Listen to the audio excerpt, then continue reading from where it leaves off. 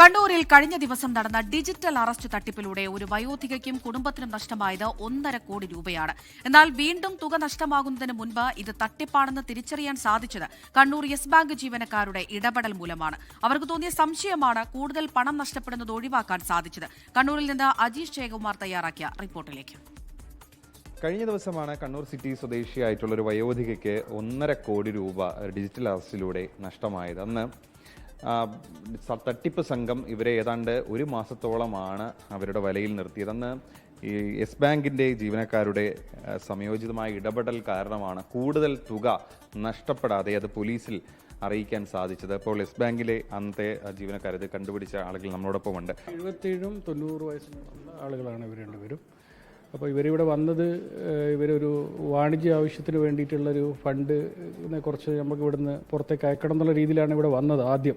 പൊതുവേ ഇവർ FD വെച്ചിട്ട് ആണ് ഇവർ നിൽക്കുന്നത്. ഇന്ന് ഇത്രയും കാലമായിട്ട് 10-15 അല്ലേ 16 ഓപ്പൺ ചെയ്ത FD ഇതുവരെയായിട്ട് അവർ ബ്രേക്ക് ചെയ്യില്ല. 10 വർഷത്തോളം ഈ FD ഇവിടെ ഉണ്ട്. അത് പെട്ടെന്നൊരു സുപ്രഭാതത്തിൽ ഒന്നൊരു ബ്രേക്ക് ചെയ്യുമ്പോൾ ഞങ്ങൾക്കൊരു സംശയം ഉണ്ടായിരുന്നു ആദ്യം.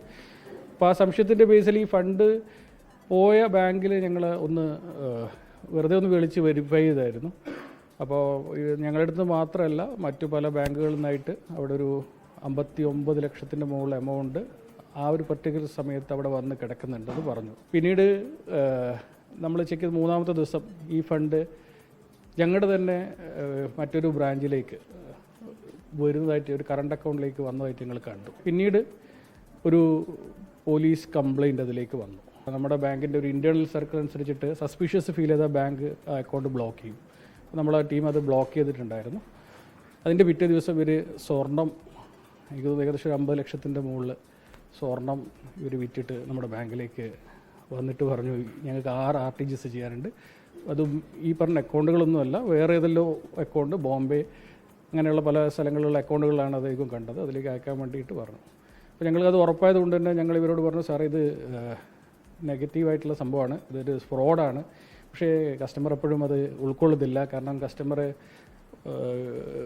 എന്തോ നമുക്ക് മനസ്സിലാക്കിയൊരു സൈക്കോളജിക്കലി ഈ പുള്ളീനെ അവർ കീഴ്പ്പെടുത്തിയ പോലെ ഞങ്ങൾക്ക് ഫീൽ ചെയ്തത്. അപ്പോൾ ഞാൻ ഇവിടെ സൈബർ സെല്ലിലെ നമ്മുടെ ഒരു മഹേഷ് സാറുണ്ട്. അപ്പോൾ പുള്ളിക്കാരനെ ഓൺ ദ സ്പോട്ട് വിളിച്ചു. പുള്ളീനെ നമ്മളെ ക്യാബിനിൽ കൊണ്ടുവന്നിട്ട് ഇരുത്തി സംസാരിച്ചു. അപ്പോൾ പുള്ളി ആദ്യം വിശ്വസിച്ചില്ല. കാരണം ഇതാണോ പോലീസ് അതാണോ പോലീസ് എന്നുള്ള ഒരു കൺസെപ്റ്റിലാണ് ഇരുന്നത്. പക്ഷെ പിന്നീട് കാര്യങ്ങളൊക്കെ നമ്മുടെ പോലീസും നമ്മളൊക്കെ സംസാരിച്ച് ബോധിപ്പിച്ചതിൻ്റെ അടിസ്ഥാനത്തിൽ പിന്നീട് കസ്റ്റമർ കേസുമായിട്ട് മുമ്പോട്ട് പോവുകയാണ് ചെയ്തത്. എന്തായാലും ഈ ജീവനക്കാരുടെ ഇടപെടലിനെ നമുക്ക് അഭിനന്ദിക്കാം. ഇത്തരത്തിലുള്ള തട്ടിപ്പ് സംഘങ്ങൾ എല്ലാ ദിവസവും പല കോണുകളിൽ ആളുകളെ ബന്ധപ്പെടുന്നുണ്ട്. എന്തായാലും ആളുകൾ ജാഗ്രതയോടെ ഇരിക്കുക എന്നത് മാത്രമാണ് നമുക്ക് പറയാനുള്ളത്. കണ്ണൂരിൽ നിന്നും അജീഷ് ജയകുമാർ, 24. ലോകത്തെവിടെയായാലും ഏത് സമയത്തും 24 വാർത്തകളും ഓഗ്മെന്റഡ് റിയാലിറ്റി പാക്കേജുകളും എക്സ്പ്ലെയിനറുകളും വിശദമായി കാണാൻ ഞങ്ങളുടെ YouTube ചാനൽ നിങ്ങൾക്ക് സബ്സ്ക്രൈബ് ചെയ്യാം.